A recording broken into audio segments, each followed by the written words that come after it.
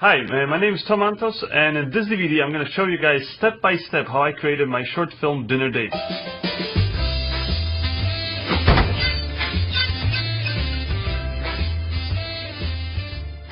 We'll cover everything right from the writing of the script to the actual production and then the premiere. Since I'm going to try to cover a little bit of everything, some of the information might be real basic, especially to those of you who have some experience. So, just treat those chapters as a refresher. What you got to remember though is that this DVD will show you how and why I made certain creative decisions.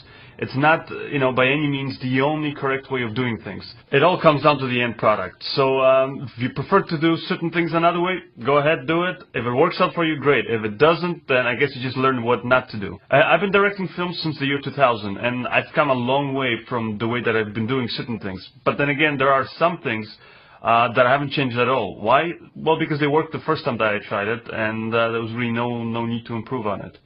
Anyways, this DVD will show you guys what I had to do to get this final product, and I hope it helps you in making your own film. Just to give you guys a little bit more info, this whole project took about a month of work, 2 weeks for pre-production, 1 weekend to shoot, and then 2 more weeks for post-production. The whole film cost about $1,500. That's because nobody got paid, so pretty much all I had to worry about covering was food, transportation, props, that kind of stuff. Anyways, without any more delays, let me show you guys my short film.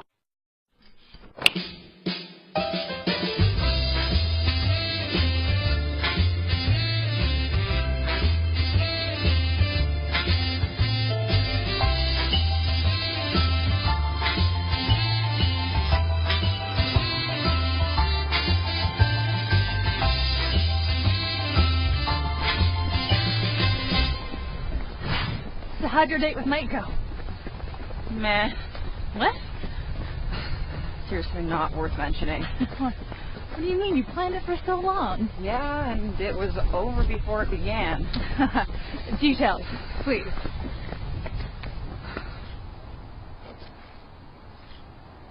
Seriously, there's not much to say. Mike came over, ate in a couple of minutes, then dropped his pants and was finished before I even got my top off. Oh, that's me.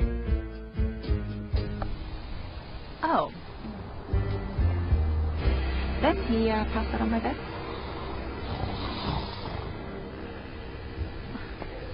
How about you guys? It was amazing. Really? Yeah, Doug picked me up in a taxi, went up for a romantic dinner, and then we went to the city. Nice. And when we finally got to his place, he lit some candles, pleasured me for an hour. Best foreplay ever. After an hour of wild sex, that wasn't enough. He held me for the entire evening while we talked. It was paradise. Wow. So how'd it go with Anna last night? Amazing. Dude, I get over to her house and she's got food laid out everywhere. It was so good. So I filled up.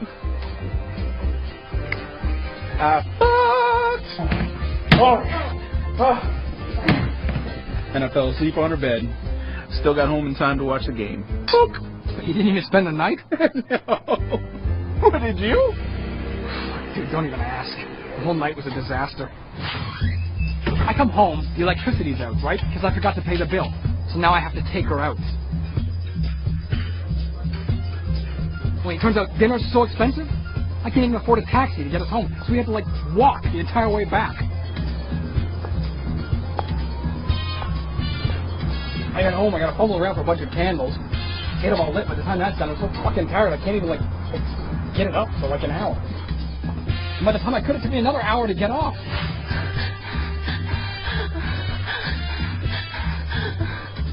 I swear to God, I was so pissed I couldn't even sleep.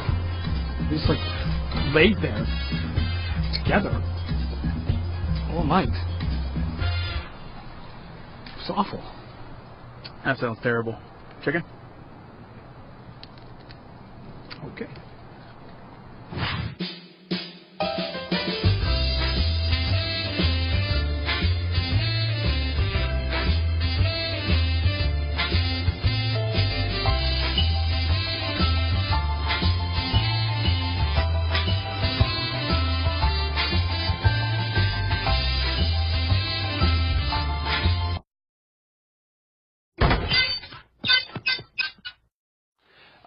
Storyboarding is something that the director and the cinematographer usually work really closely on, unless you're like me and you direct and photograph your own film.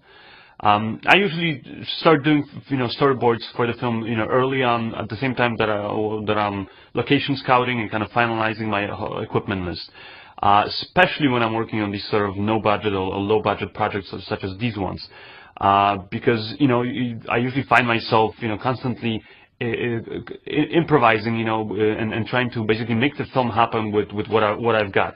For example, if I know that I won't be able to afford to rent maybe a big camera crane or a Steadicam, then I simply will not storyboard any shots that require a crane or a Steadicam.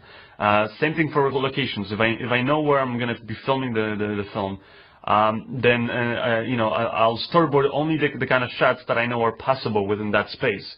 Let's say I want to have a dolly truck in a certain a scene, but the location does not allow me to fit actually the whole dolly and the truck in there. I'll just basically make sure I don't storyboard any dolly shots within that scene. If it was a big production and you can afford to build, let's say, the whole room as a set on a sound stage, and you can accommodate basically your shooting scenarios by moving the walls or you let's say that you can always rent or get a helicopter or a camera crane, that kind of stuff, then you really wouldn't have to worry about those kind of things. But when you're working like most filmmakers are, which is basically little, no budget, then these are the kind of things that you gotta be very much aware of early on in pre-production of your film. So make sure you make a exact list of the equipment and the kind of stuff that you'll have access to when shooting the film. Because if you don't have access to something, then there's really no point of you storyboarding it and planning for it. And trust me, if all you can really afford is the camera, let's say you can't get the dolly or not even a tripod, then you can still do a great job. There are so many amazing films out there that I've seen people do that are all shot just one camera handheld, and they work great. It's all really comes down to being creative with what you've got. Anyways, getting back to storyboarding. So what is it? I guess the best way that I can describe it is that it's sort of like breaking down the script into actual shots. That's really where most of your directing will happen. This is where you decide how many angles you need to show the scene that's in the script. Also, it's when you decide on the cinematography style, and the editing style in a way. If you think that a certain scene only needs to be shown in, let's say, one long camera, a take, all shots from one angle, then in a way you're telling the editor, later on that he or she has to show that scene from that one long shot without, cutting away, unless of course you decide to also get other safety shots. That's also where you'll decide on the type of cinematography that you want in the film. Are all the shots handheld, or maybe they're all very smooth and constantly moving camera moves, or maybe they're very simplistic, and locked off, shots all done on a tripod. And remember, you really don't have to be a great artist to draw, good storyboards. Just draw stick figures, if anything. Just as long as you know what that shot is supposed to be when you look at it later on during the shooting of the film. If you can understand it, then you can explain it, to your cast and crew, so you can basically get that shot. One thing that a lot of beginners do or don't do is the storyboards, and there's usually a lot of reasons why they'll tell you why they don't need to have storyboards for their film. But guess what? The biggest directors in the world all have storyboards for their films, so that should tell you something. If you don't want to storyboard your film, or maybe you can't, then that's usually because you really don't know what it is that you want. Maybe you can't exactly imagine how each shot should look or what the shots should be. And trust me, that's a horrible, horrible state to be in when you, later on, when you go to basically to shoot your film. Storyboards are great because they actually let you plan out exactly how your film is going to look like, and cut shot by shot when you have the time and luxury to do that. Because later on, when the cast and the crew, all shows up on the day of the actual shoot, if that's when you start to, decide and then basically plan, for how many shots you're gonna show this particular scene in, or what angles you're gonna do, then usually what will happen is, because you're so stressed for time, that you'll end up going for the most obvious choices. Not to mention that when you're working like that, all unprepared, usually means that you'll end up with shots that don't cut well together. Maybe the angles just don't fit, that kind of stuff. But if you did all your planning beforehand, you drew your storyboards, then even, if things go horribly, horribly wrong on the day of the shoot, and let's say, your actors get sick, or, something happens with the location and you have to finish, let's say, shooting the scene, in an hour, then you don't have to panic, because you'll just look at your storyboards and okay, this is the shot that we need, then this shot, maybe we can take it out, we don't have time to shoot it. And you just sort of check them all off, one by one, as you go and film them, and in the back of your mind that all these shots work well together later on in editing, because you've prepared basically for it. Whereas, trust me, if you try to do all of that on the day of the shoot, a lot of times you'll end up basically getting just. Location scouting is when you go out basically and you start looking for the locations that you're going to be filming in. Why is this important? Well, it kind of, basically helps you visualize your film, before you even start filming it. Lets you kind of plan for it, so you know what kind of lighting conditions are there and that kind of stuff. But it can also, in a lot of ways, alter your whole production. Like in the case of this film, it actually changed the whole, the script, the whole opening of the film. Basically, what I originally had in the script was that it opened with two girls sitting on a couch and talking to each other about their dates. What I realized one day while I was out for a run with a friend was that, the park nearby was starting to look really, really nice that time of the year. It was November and all the leaves looked really colorful. So I started thinking, why not simply have the girls jogging and then they stopped, and then they talked to each other out there in the park among, all those nice colors. This way we'd get to, get away from always shooting inside of a house, and we'd also give them something interesting to do instead of just talking. I already had decided that the guys would be outside, barbecuing and talking, so why not, give the girls something to do. I also came up with a backup plan. I planned to shoot the scene inside on a couch in case, the weather was not that good that day. Same thing with the guys. If the weather was crappy, and then I would basically simply move the whole production inside and have them talking, inside over a beer maybe or something. It wouldn't really have changed the story, and I could still shoot even if the weather wasn't cooperating. Another thing I did was to decide to shoot all of the interiors except the restaurant in one house that I had permission to film in. This way, we didn't really have to switch locations, in the middle of the day, and by looking at the script, I knew that I really only needed one kitchen / kind of a dining room area for the first date. So we basically shot it here. And then for the second date, we needed the front door. So we shot it in the same exact same house, except we showed the house from a slightly different angle that we didn't show in the first date. And I knew that this way people wouldn't really know that, that it was actually shot right next to where basically the other scene was shot. We also needed a bedroom for the sex scene in the second date, so we simply moved over a few more feet into the living room area where we set up a mattress on the floor and some candles, and we again made it look as if it was a completely different place. This way we saved ourselves time and hassle trying to find all these different homes and locations to film in. The restaurant was simply a location that a friend of mine got for me last minute, and it was actually the back of a bakery that had a few tables, not a real restaurant. It was real small, but I knew that all I really needed was one main table in the middle with a few other tables in the back where 3 people basically would be sitting in it to make it look like a restaurant. And then all I have to do is add some sound effects of people eating and talking, and voila, it looks like it's a real restaurant.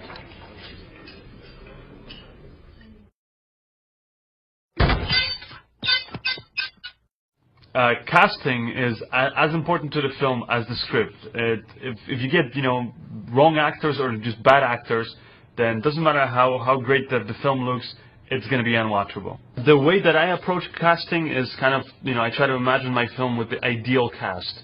Sort of like, I'll try to imagine how each character looks, how they dress, how they behave, that kind of stuff. And then I just simply go through all the actors that are available to me, and I try to match them to my expectations. The best way probably to get actors is through personal relationships. Like if you've worked with somebody, or you met him at some, sort of friend's movie set, or you're through another actor, that kind of stuff. If I still can't find the right actor, from the actors that I have available to me, then occasionally I will, contact, actors agencies, or put out an online ad, which these days you can do for free on Mendy.com and those kind of websites. Another really important tip, when casting is that you can cast, non-professional actors, let's say your friends, but you just got to make sure that you cast them, you can cast people basically that fit their personalities. You do not want to cast, let's say you have some kind of a goofball buddy of yours, and you do not want to cast them to play somebody very serious. If you have a professional actor, yes, you can trust them that that person, they're really good. They can play, let's say, a beggar, very simple kind of a person, or they can also at the same time play a very sophisticated, maybe a billionaire or something like that. But when you're casting non-actors, always make sure that you match them basically to what their actual personalities are. So if your friend is a goofball, then don't expect him to play a sophisticated kind of a character, and vice versa. This is hard, obviously, when you're just starting out and you don't really know anybody. But as time goes on and you work on more and more projects, you'll know enough actors that you trust and you like working with. And I would suggest basically that you cast those kind of people, especially when you're working on these kind of low, or no budget projects. The reason is because a lot of times when you are working, with no money, things go wrong. Maybe somebody who offered to give you a location, something like that, backs out, or equipment fails, and you can't just right away go out there and grab another camera, that kind of stuff. And when things go wrong, you want to make sure that you're working with the kind of actors that are gonna understand that, and they're gonna accommodate you, and maybe willing to stay a little bit longer or show up on another day, and not work with people that are just gonna basically give you more problems. For dinner date, the first person I cast was Jeff Sinisek. He's an old friend of mine, and we first met back in 2002, I believe, when I cast him for my feature film, Under Black Skies. We quickly basically started to develop projects together. Jeff is a really talented writer, and he's worked with me as both an actor, writer, and recently even as a director. Then Jeff basically introduced me to Tanya, whom I cast as his girlfriend. I never really worked with Tanya before this film, but after Jeff introduced me and reassured me that she's great to work with, the decision was pretty simple. After that, I cast Keith. Keith I actually know from years ago when we both worked together on an IMAX film as animators. Then later on, I started working on my own as a director and a cinematographer, while Keith got into comedy. Then in 2009, we met up again, and by chance, just started to talk. He showed me what he was up to with his comedy team, Nocturnal Emissions, and we started to work together again. I shot a few of his, short comedy skits, and then he agreed to take part, in this film. That's also how I met April. I worked with her and Keith on one of his videos, and I liked her so much that I asked her to be in this film. Also, what was great was that both of them did so much work together on their comedy skits that they knew exactly how to play off of each other. Same thing, with Jeff and Tanya. Since they were going to play, the other couple, I wanted to make sure that they also worked with each other, beforehand, and so that basically they can.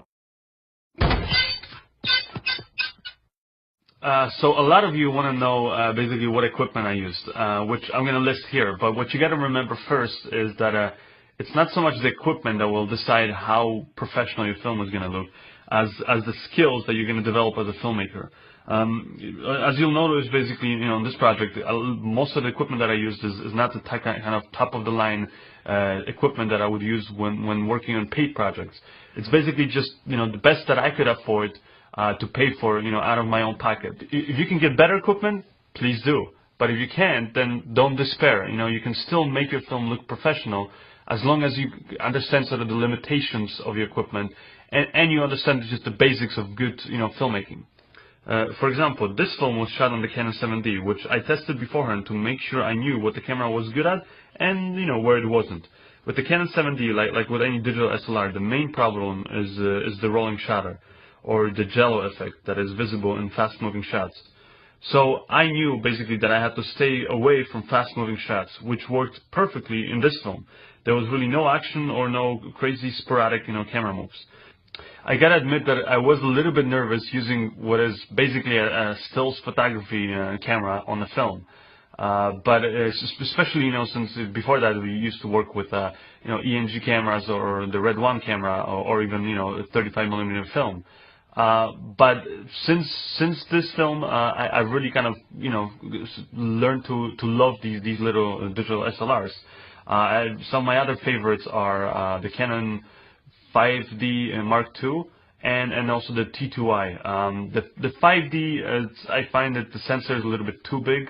Like when shooting, in low light conditions, I find that basically the focus is so narrow that it's just hard to keep things in focus. But the T2i and the 7D are great because the image sensor is pretty much identical to what a standard 35mm film camera is. And so the kind of look and the depth of field that it produces are also very similar. Also, the Canon 7D and the T2i are such small cameras that they can basically be used as director viewfinders to help you quickly find your shots. You can watch some of my extra tutorials from YouTube where I talk about that in more depth. The T2i is basically the same camera as the 7D, also great quality and all that stuff, but the body is basically a bit smaller. It's made out of cheaper plastic and just basically has less buttons, so you'll have to navigate more using the menus. But if you can live with that, then you can save yourself a lot of money and pretty much get the same quality as to what I got in this film. For lenses, I used all Nikon manual lenses and that I simply attached to the camera using a $10 Nikon to Canon mount adapter that I got on eBay. The lenses are as follows: 24mm f2.8, 50mm f1.8, and 100mm f2.8. Why did I use Nikon instead of Canon lenses? Simply because I own these old Nikon lenses back from my photography days. I still have my old Nikon SLR cameras. And it was simply cheaper for me to buy that $10 adapter and use those lenses instead of buying, or renting other new Canon lenses. Are Nikons better than the Canons? Not really. I mean, they both have a slightly different look, but really it just comes down to your preference and to what you can afford. Other than that, I also used an old Manfrotto tripod that I had lying around, and a dolly that I built on my own. I made it a few years ago by attaching a little seat to a piece of plywood, and then I bought a set of 4 rotating dolly wheels on eBay that I put onto 2 PVC pipes that I got in my local hardware store. And as you can see, it works great. Maybe it's not the type of a dolly that you want to trust your life with when you're shooting with a big film camera, but when you're working with a tiny little thing like the Canon 7D, it does the job. All the shots were real smooth, and I even attached a little handle so somebody else can push me and pull me while I operate the camera. You can find out more about this dolly and how you can make one by watching one of my filmmaking tutorials on YouTube or by going to the extras menu on this DVD. I also used this very cheap Steadicam that I bought on eBay from this Indian company. I just used it basically for one shot. It's not the best kind of a Steadicam, so I'm not going to recommend buying it, but it might help you here and there. Another thing I got were the lights. My main lights that I always like to work with are a set of 2 1000-watt redheads, which look like this. I bought them from my local video equipment store, but you can also find them online. I also got this hardware light. I got 2 actually, one in 500 watts and the other was 300 watts. Just so I can, pick what brightness I want. Over those lights, I put a medium softbox that I also bought on eBay. I also got another power-saving fluorescent work light that I usually use as a backlight, and I also purchased a small LED light from Walmart. You can see some examples of me using it in my other YouTube tutorials. I also used a few gels over some of the lights. I have a cheap set of warm and cool gels that I got a while back, and they lasted me for years. So that's for sure something worth buying. Again, you can find it on eBay. It will help you basically change the color of the lights to add, the proper mood to your scenes. I usually use these two most common gels that are out there, the CTB or CTO, which stands for color temperature blue and color temperature orange. The blue is made to convert color temperature of tungsten lights to daylight color, and the orange collects the daylight lights to tungsten. But, they can also be used to create cool lighting effects. The last thing that again, I used the best that I could afford, which was the Rode MTG2 shotgun microphone, and I connected that to a Samsung Zoom portable sound recorder. I got mine, many years ago, so it doesn't have some of the cool new features that the new Zoom recorder has. It's not the best sound setup either. There are microphones out there that are, even more sensitive, but they cost a lot more. Still, this mic and recorder combo is perfect for film production of this size, because it's so easy to operate that you really don't need a sound crew. There really is no sound mixing or adjusting of audio levels whatsoever. You just simply plug in the mic and you hit record. Also, another thing we used to record the sound was a boom and microphone windshield that we got from this Indian company. We used a clapper too, which I made a long time ago. Basically, it's a small dry erase board that has two pieces of wood attached to the top of it, and that allows you to basically clap it. Why spend $100 on a professional clapper when this basically will do the trick? So that's it. Okay, so you got everything arranged. You're ready. It's the day of the shoot, and you're not sure what to basically start with. And this might be different for, with each director, but the way I like to work is the first thing that I worry about is the acting. The main reason is because I don't want my actors, worrying too much about where the camera, or where the lights are going to be, basically worrying about all the intricate setups. I just want them to basically make sure that the performance is there. Because, like I said before, if the acting is not all there, then there's really no point of you to be, to be worrying about all the technical stuff. First, I usually kind of just give them a very basic instruction. I'll just tell them, one actor maybe, you're standing here, and then the other actor, you come in here, you guys talk to each other, and then, at the end, you both walk out. Something very basic. I don't get into details, and then I just basically tell them to go through the scene, and I watch them do it. The reason why I don't want to say too much to the actors right at the beginning is because I don't want them to be thinking about all the little directions and all the little things I might have mentioned to them, while they're acting, the scene at the beginning. I just want them to just kind of go through the scene as naturally as they can. This way, I really get to see, what actor brings into the film, which may really surprise me, because obviously when I'm writing the script, many times, I'll have a very specific, way that I imagine that the scene should be. But if I sort of just let the actors do the thing, the scene their own way, then a lot of times I'm surprised, and because I see them doing it in a way that is even better than the way that I imagined it. Whereas, if I were to tell them right off the bat kind of what I want, what I imagine the scene to be like, then usually what actors will do is they'll just sort of try to follow your direction, and this way you won't really ever get to see, maybe another better way of doing that scene.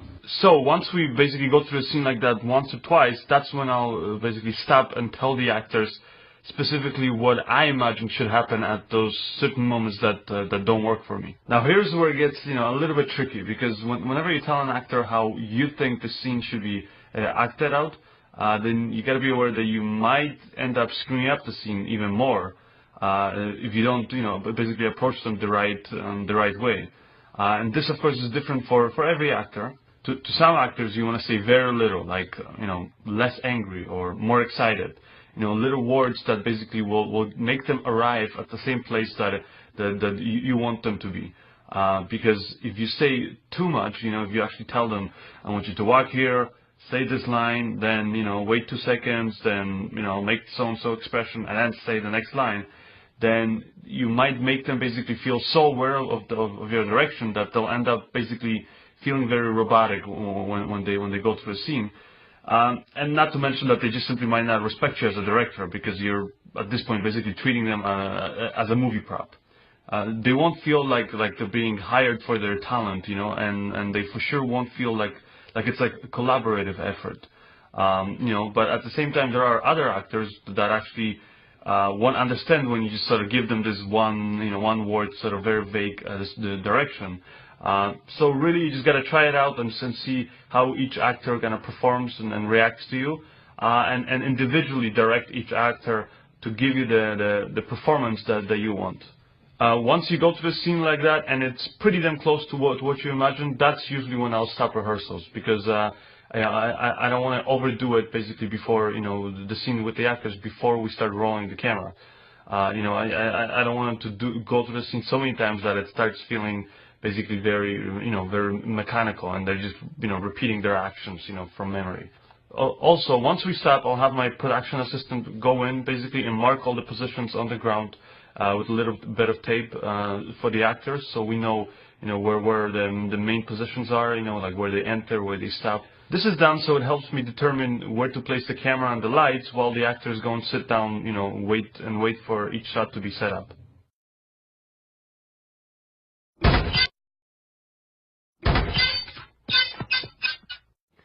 Alright, so you rehearse the scene, you figure out where you're going to place the camera, what lenses you're going to use, and you're ready to basically record your take. How is it done? It's pretty simple. Now, if you're shooting a scene with sound, then you want to make sure that you rehearsed with your boom operator, so he knows basically how close you can get in with the microphone before he's visible in the shot.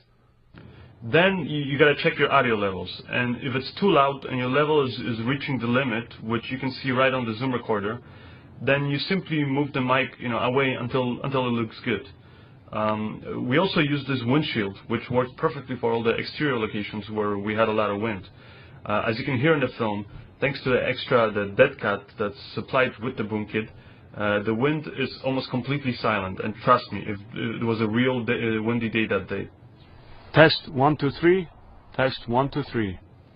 In this scene, we don't have any lights that we have to worry about, but if we're doing a shot that we needed to be lit, then you'd also make your final adjustments, right about now.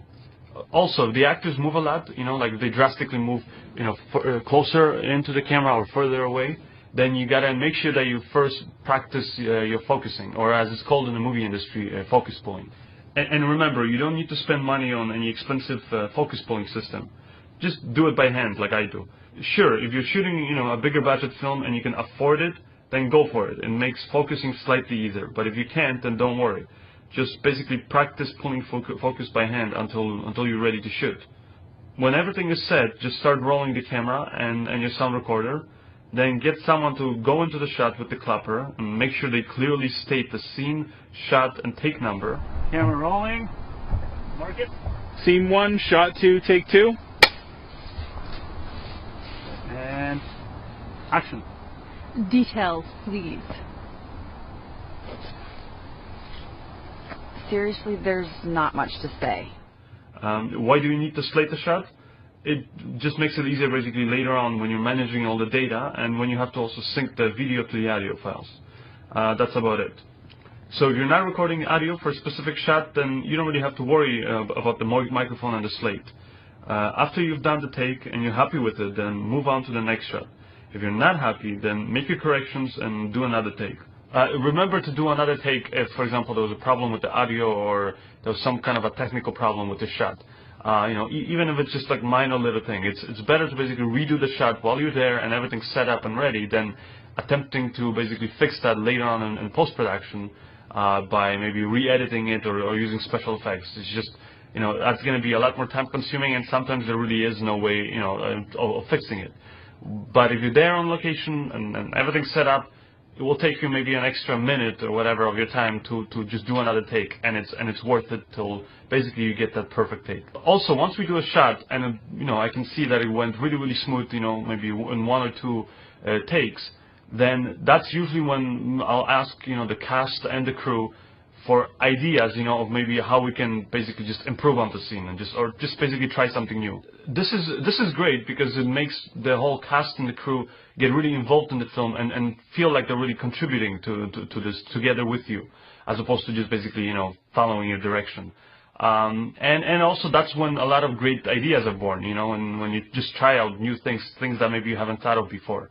And since the whole shot, is set up, right there, all the lights and the camera and all that stuff, it again just doesn't take that much extra time and effort to do it. So remember, if you have the extra time to kill, then just experiment. Like in this example, it's a shot where we first see Mike, and I knew I wanted that first image of him to clearly show that he's kind of a goof, and a joker, who's not your typical ladies' man. So again, I knew this was going to be a quick flashback sequence in the final film, so it had to be really clear from that shot what type of a guy he is. So we tried out a few different ways that he might make his great entrance. And I thought if a guy was going to come over with a girl for dinner, then maybe usually he'd bring some flowers or a bottle of wine or something, but not this guy. And then Keith suggested that what if he brought with him bagels, and on top of that partially eaten bagels. And we're basically just experimenting, as you can see up here. And at this point, I don't know really what version we're actually going to end up using in the final film. But since we have the extra bit of time, we're basically experimenting, so we have more options later on when editing. Another useful tip is to get the location sound tone once you're done shooting your whole scene.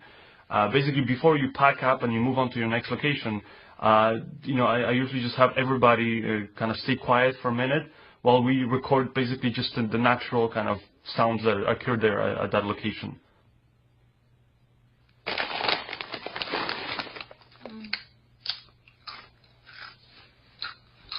Come on! This way you get all the little faint sounds that you would hear naturally in that location. Maybe the air conditioner hums a little bit in the background, or the refrigerator makes a little sound, or you hear the distant traffic outside, that kind of stuff, which might save your ass later on in post-production.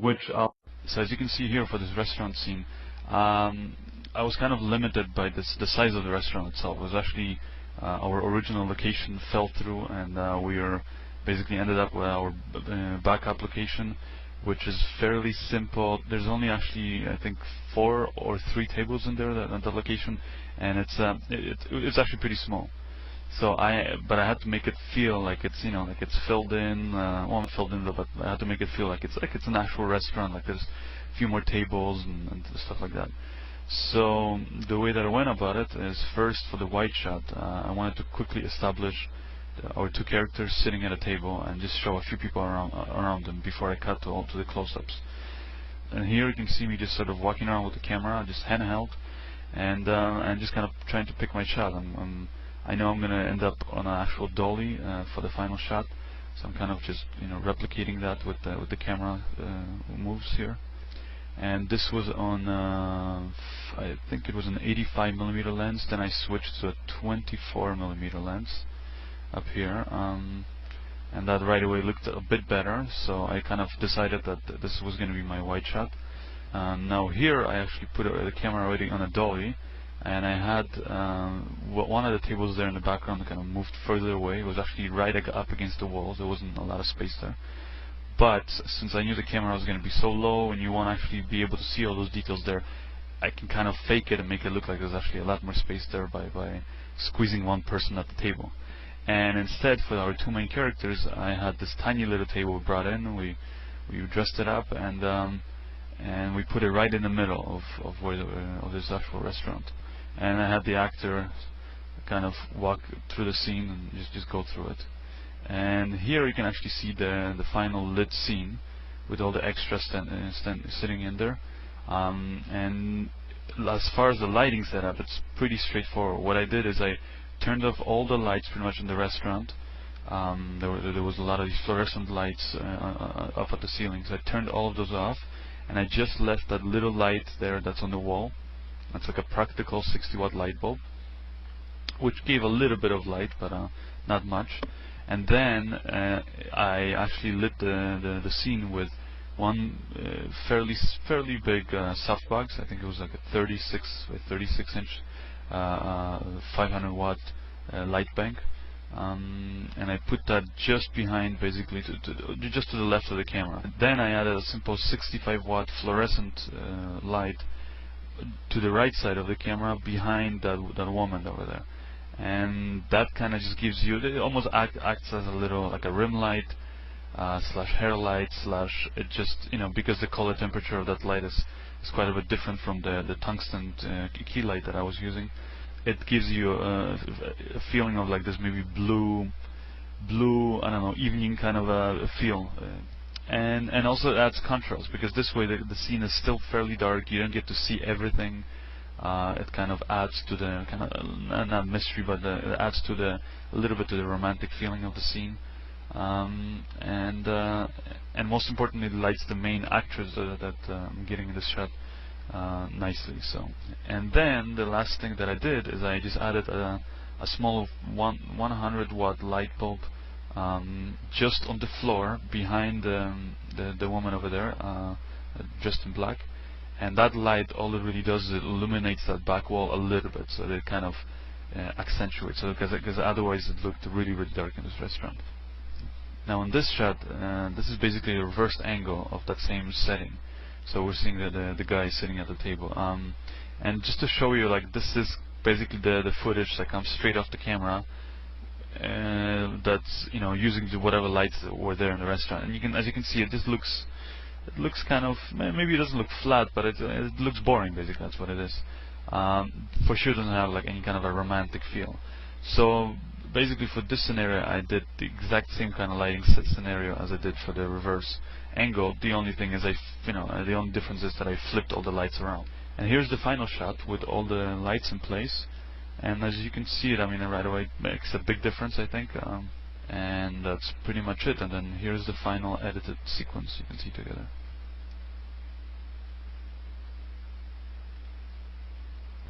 So as you can see, it's basically the same thing that I've been sort of talking about in the first and second tutorial. It mainly comes down to shot design. I mean, you gotta really design your shots. You can't just put the camera in the first place that you think of and just think that it's gonna work. Sometimes it will, but most of the time it won't. So you gotta move the camera around, move the lights around, and sometimes, like you said in this case, move the actors and